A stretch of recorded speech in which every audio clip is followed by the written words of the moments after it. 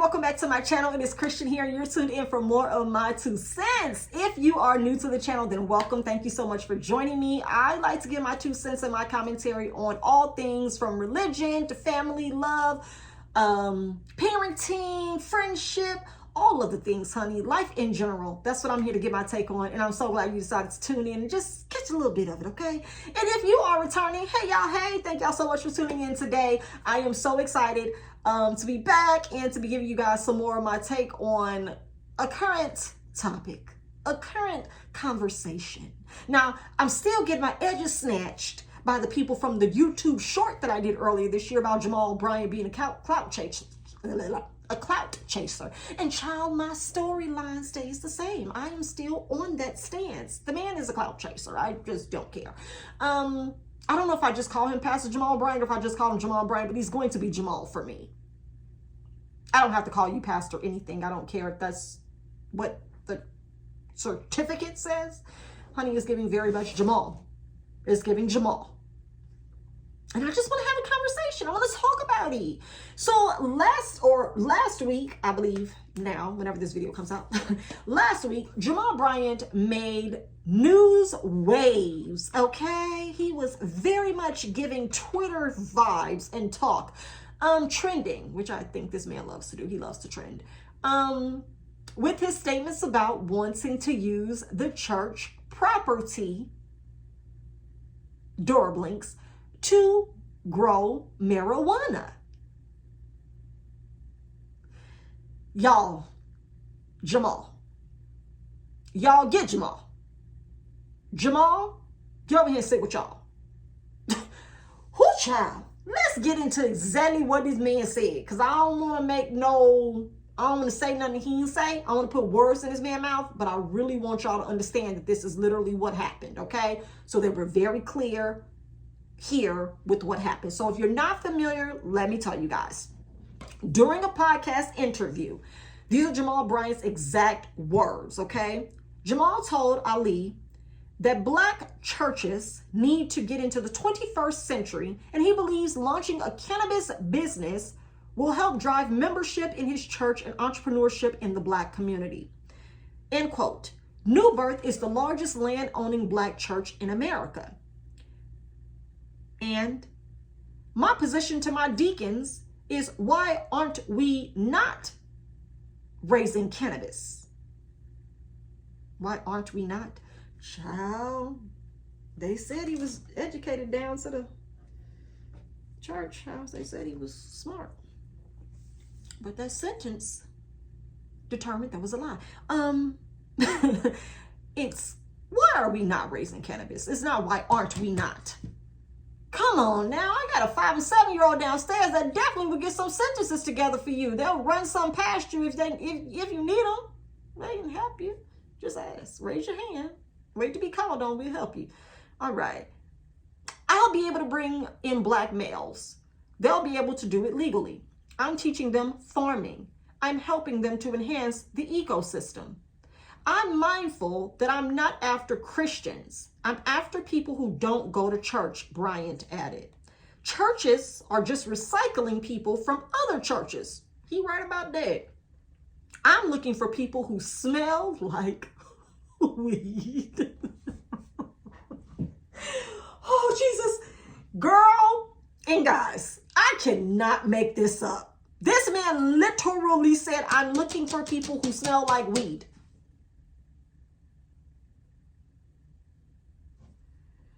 Whew. That'll do it. That'll do it. Now, before I get into his comment after the backlash that he's since, received, let me tell y'all, I'm just going to hold my 2 cents. I'm going to hold it to the end. Let me get through this. So his response to backlash. I said I want people who smell like smoke. Now it's smoke, it ain't weed. Just earlier this week it was weed, but now that you done got talked to, it's just the smoke. Okay. I said I want people who smell like smoke because I believe these are the people God is looking for. And too many of us have become so puffed up in our self-appointed sanctification that we fail to do outreach. In no uncertain terms is cannabis, hemp,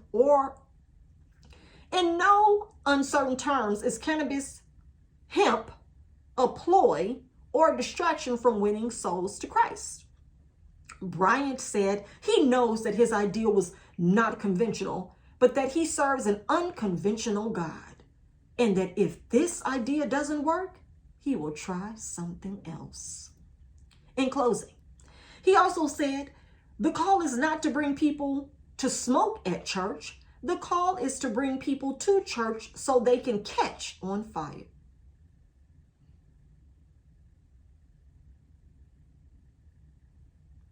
It is my intention that if we can show young people the advantages of impact of urban farming, it will make a distinct difference.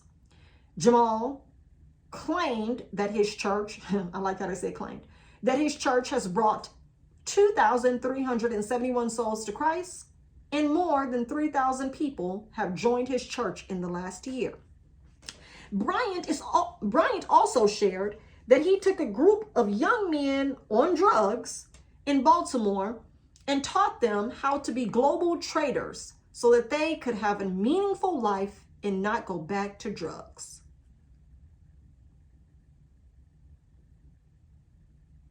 Child, let me scroll back up my notes so I can get point by point. I'm so sick of this. I don't know what to do. First of all, let me say something. First of all, let me say this. First, let me start by saying, shouts to Uncle Reese, okay? Christian rapper, check him out. Love his music back then when I was in church, but I still can bop to it. It's still a bop, honey. Uncle Reese, check him out. I do not have a problem with cannabis, with marijuana, hemp, CBD, LMNOP, QRS, TUV. Do you?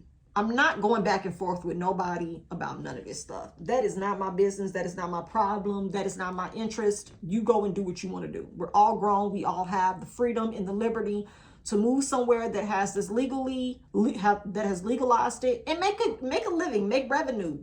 Like that's profit, honey. That's all I'm gonna say. Profit.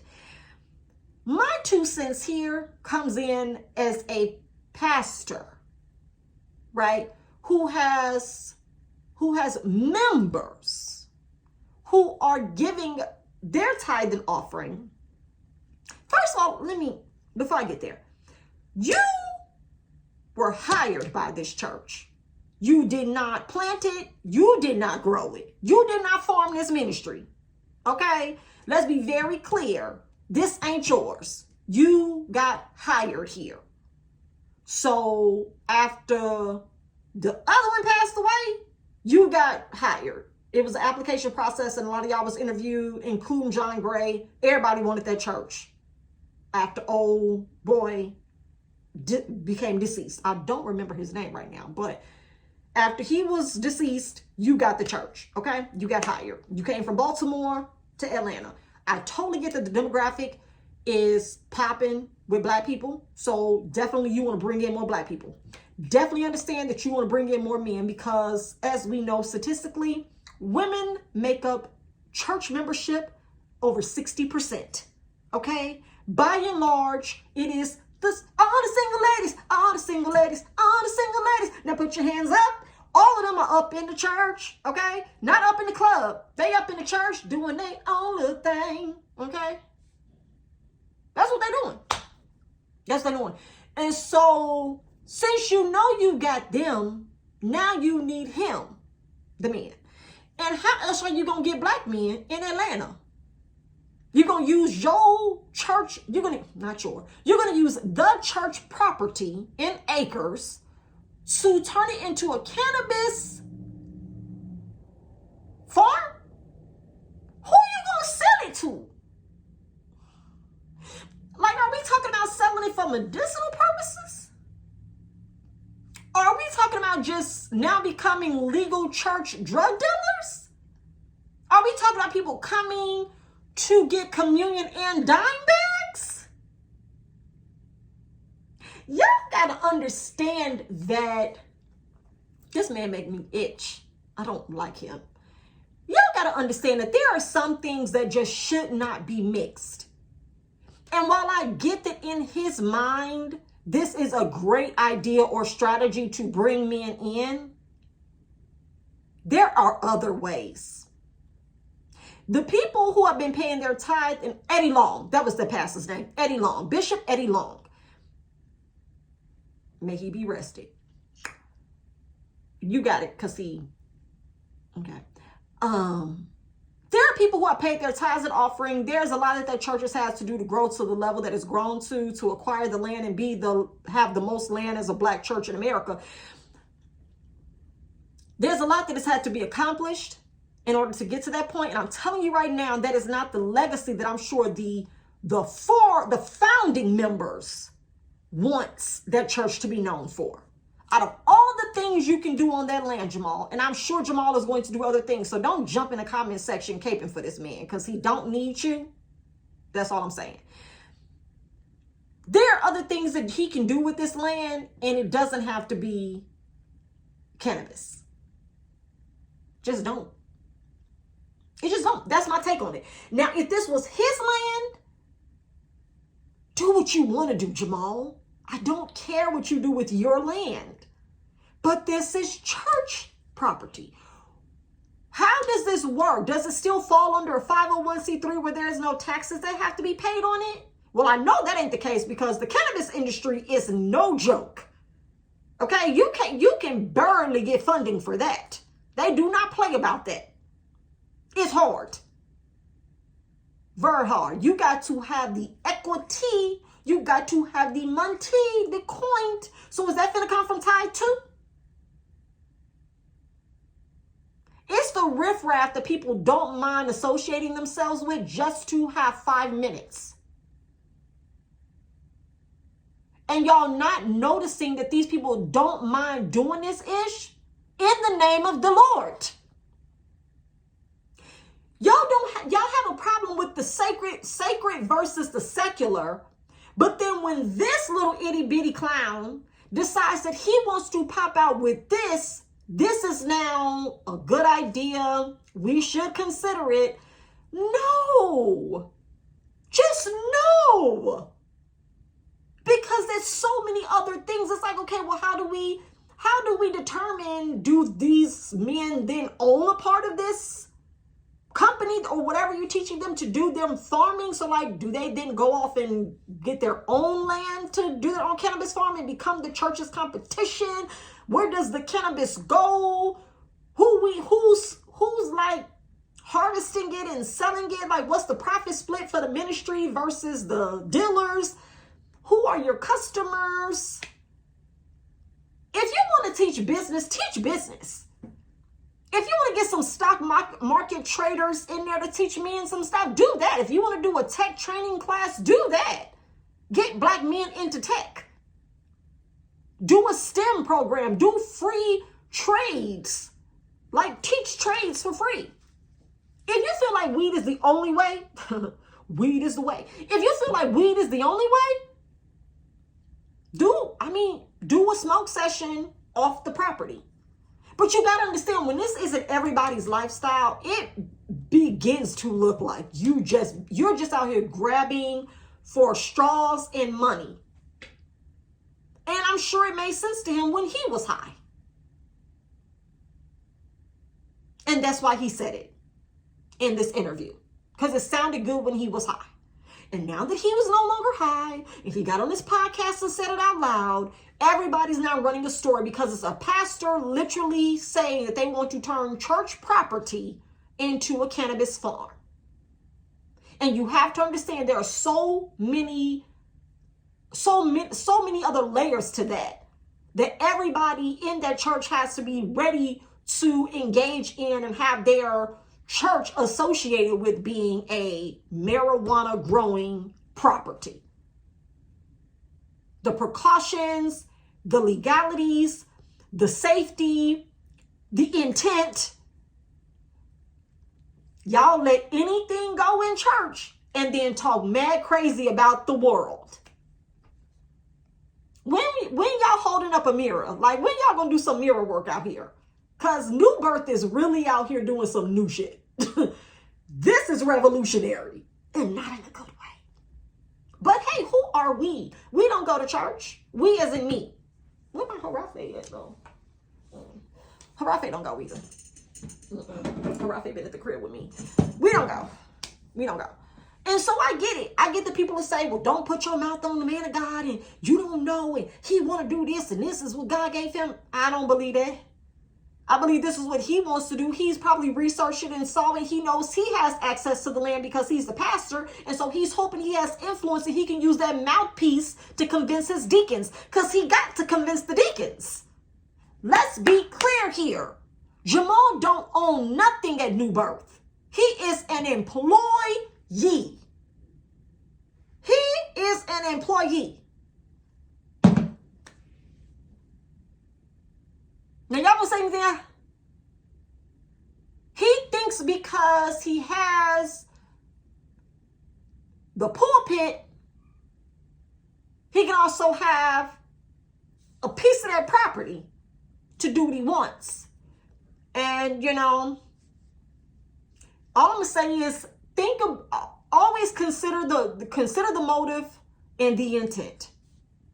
Consider the motive and the intent. It is definitely a money grab. This is not about getting black men to church. And I don't care what nobody say. I don't care because he can partner with a lot of other people in the city of Atlanta to try to attract black men. But if that's your only way because you believe they're potheads or they're weed heads and they want to smoke or they need to learn how to do it legally and on your farm, whatever, it's going to get to a point where some going to go awry. Like somebody going to get hyped, crazy, mad, angry. It's not a good look. And that's just me. So all I can tell you is that if you believe that this is a way to show people, as he says, to show young people the advantages and impact of urban farming, do that. Do that. Grow some fruit and vegetables out there. Do you know how many urban communities need fresh fruits and vegetables and they are living in food deserts?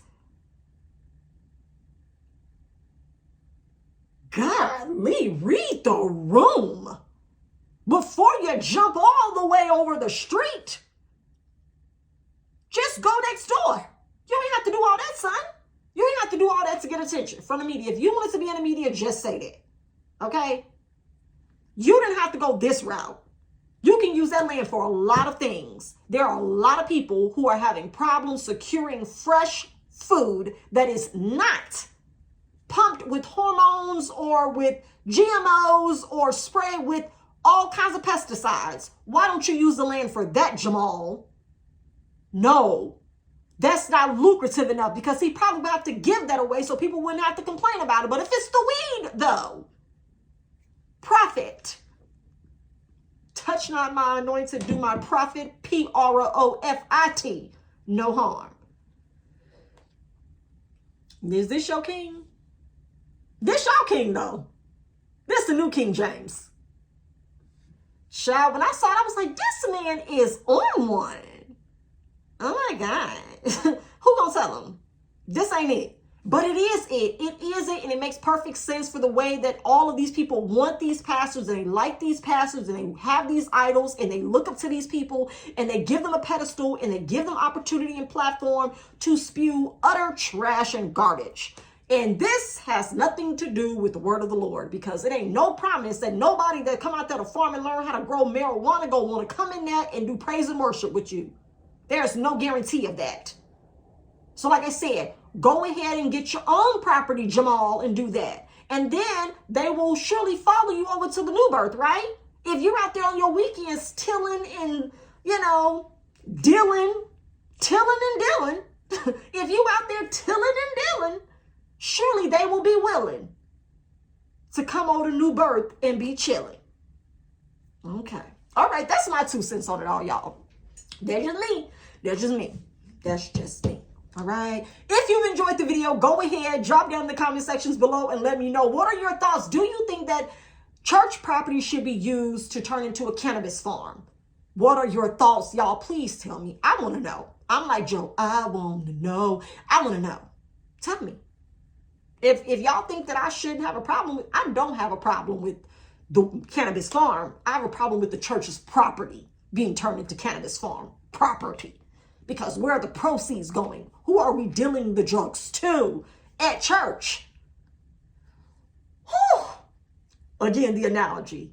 if aliens came down here and I was to tell them this, they would not understand what religion and Christianity and spiritualism. This is trash. This is not, okay, what God gave his only begotten son for, allegedly. Cannot be. This cannot be that. But anyway, go ahead, like the video, subscribe to the channel. I would love to add you to my 2 cents crew. Oh, I forgot my 3 points that matter most before I start any conversation. But here I am getting ready to close. Number 1, you're not alone. Number 2, you're not crazy. Number 3, God, your creator still loves you, and I do too. Until next time, I'll see y'all in the next video. Bye.